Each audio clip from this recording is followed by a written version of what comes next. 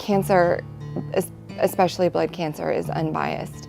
And so you never know if you're going to get that knock on your door.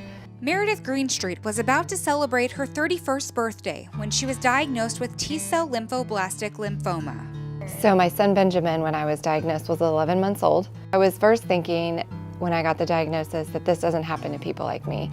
I was thinking, I'm healthy, you know, I go to church, I do everything right, and I was terrified. I mean, I had an 11-month-old that I was terrified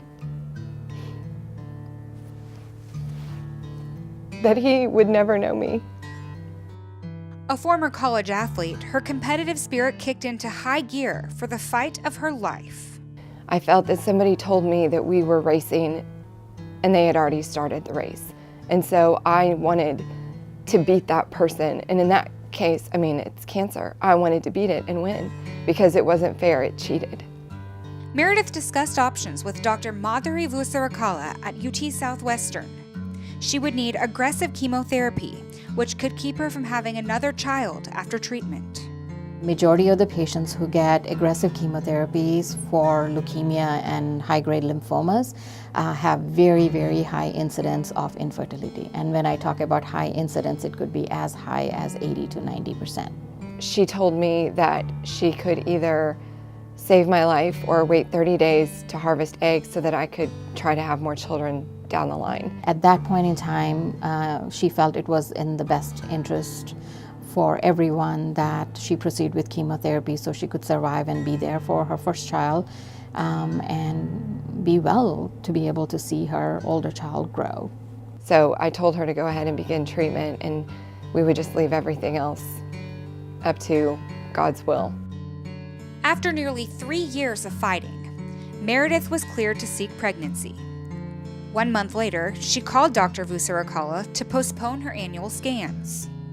She asked me the reason, and I told her that I was pregnant, and she said, that's impossible. And so I had an incredible team of Dr. Vusarakala and my OBGYN that worked together in tandem to make sure that I was healthy, and so was my daughter.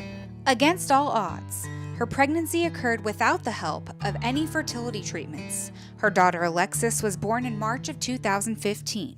I feel that because Alexis is a miracle after something that should have been impossible, I feel like she has fighter spirit because she conquered such incredible odds, and so did I, that we're woven from a very, very similar cloth, and she's going to light up this world in a big way.